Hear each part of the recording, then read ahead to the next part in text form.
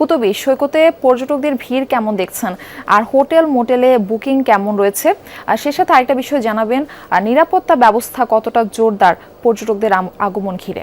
মারফিদ মোবারক।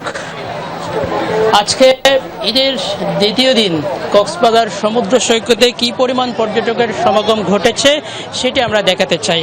আপনি নিশ্চয়ই দেখতে পাচ্ছেন আমার ডান পাশে কক্সবাজারের আমি যে সমুদ্র সৈকত সুগন্ধা পয়েন্টে রয়েছি, এখান থেকে আমার ডান পাশে সামনে যতদূর চোখ যাচ্ছে শুধু পর্যটক আর পর্যটক দেখতে পাচ্ছি।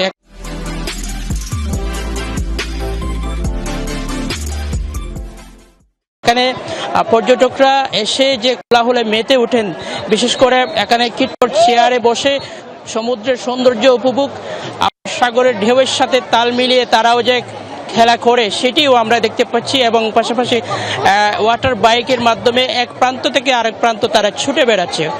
এত পরিমাণ পর্যটক আজকে দ্বিতীয় দিন যদি এই অবস্থা হয়, সামনে আরো সময় রয়েছে, সেই সময়গুলো আসলে কি পরিমাণ পর্যটকের সংখ্যা বাড়তে পারে এটি অবশ্যই বোঝা যায় যে হোটেলের পরিমাণ বুকিং রয়েছে তার উপর নির্ভর করে। ইতিমধ্যে অধিকাংশ হোটেল, বিশেষ করে 5 তারকা এবং 3 তারকা যে হোটেলগুলো রয়েছে সেখানে কিন্তু প্রচুর পরিমাণে বুকিং, অর্থাৎ অনেক হোটেলে কোনো রুম খালি নেই বললেই চলে, এই অবস্থা কিন্তু কক্সবাজারের। এবং আপনি যে নিরাপত্তার কথা বলেছেন, এটি যেহেতু কক্সবাজার স্বরাষ্ট্রমন্ত্রীর এলাকা, এই স্বরাষ্ট্রমন্ত্রীর এলাকা হিসেবে আমরা শুরু থেকেই দেখছি এখানে টুরিস্ট পুলিশের পাশাপাশি অন্যান্য আইনশৃঙ্খলা বাহিনীর যেসব সদস্যরা তারা কিন্তু পর্যটকদের নিরাপত্তা দেওয়ার জন্য সর্বোচ্চ সতর্ক অবস্থানে রয়েছেন, টহলে রয়েছেন, এবং বিভিন্ন জায়গায় তারা চেকপোস্ট বসিয়েছেন।